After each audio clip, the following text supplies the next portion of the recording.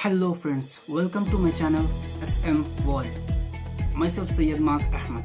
In this video, I am going to explain about steam power plant.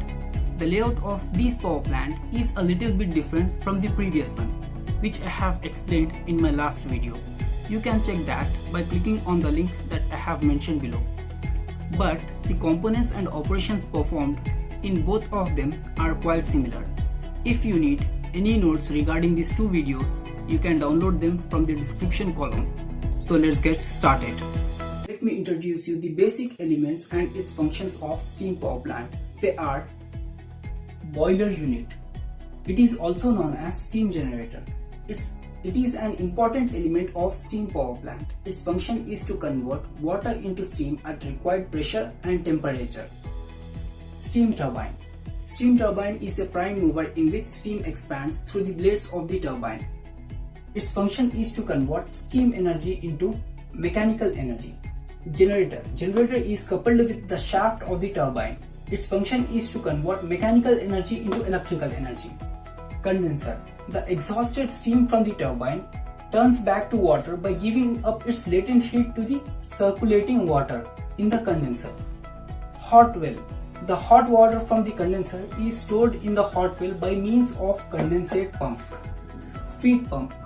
The pressure in the boiler is high when compared to the condenser pressure. So feed pump is used to pump this feed water into the boiler against the boiler pressure.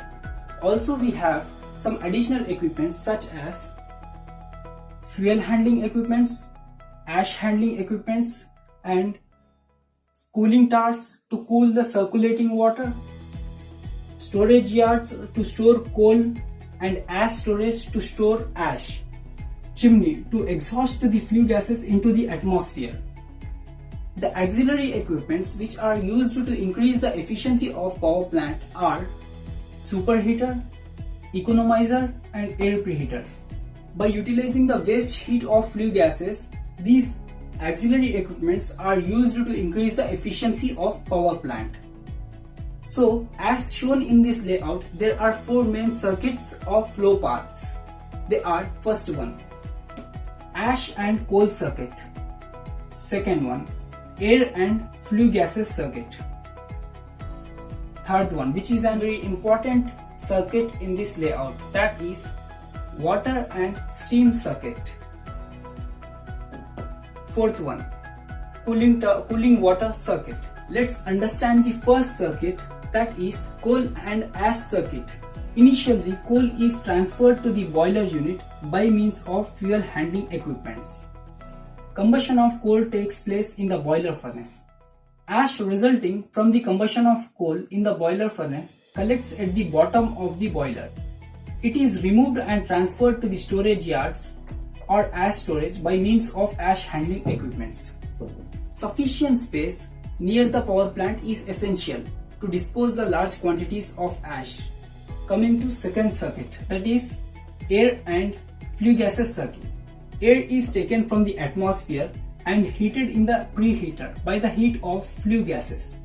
The hot air from the air preheater is transferred to the boiler furnace, which gives rise to flue gases. The flue gases is passes around the tubes of superheater, evaporator. Then the flue gases passes through economizer, air preheater, and dust collector, and finally exhausted into the atmosphere by means of chimney. Coming to the third circuit, that is water and steam circuit. Initially, water from the hot well is pumped into the boiler unit against the boiler pressure by means of feed pump by increasing the pressure of feed water. The temperature of the water increases in the economizer by utilizing the waste heat of flue gases. The hot water is sent to evaporator where phase change takes place. The water is converted into steam, but the steam which was generated in the evaporator is gradually wet. If we supply the steam directly to the steam turbine, the corrosion may take place because it may damage the blades of the turbine. The moisture content present in the steam which was from the evaporator may damage the blades. So it is then passed through the superheater. In superheater, the steam is superheated.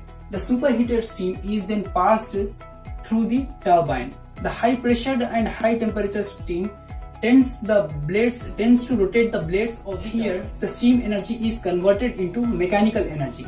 Generator is coupled with the shaft of the turbine. Its function is to convert mechanical energy into electrical energy.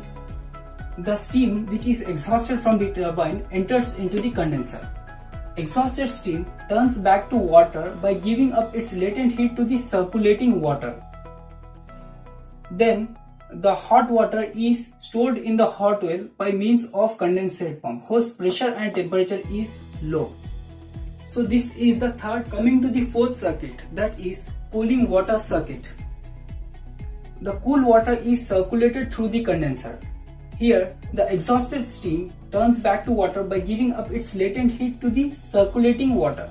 The hot water moves to the top of the cooling tower where it loses its sensible heat to the stream of air moving in upward direction, and the cool water falls into the tank and then recirculated through the condenser by means of there is an additional source like a river or lake near the steam power plant. Then the hot water from the condenser is directly exhausted into the lake and the cool water is passes through the condenser, and the cycle continues. So this is the layout of steam power plant. If you find this video useful, so please like, subscribe and share. Also, if you have any doubts regarding these two videos, you can ask me in the comment section. Thank you.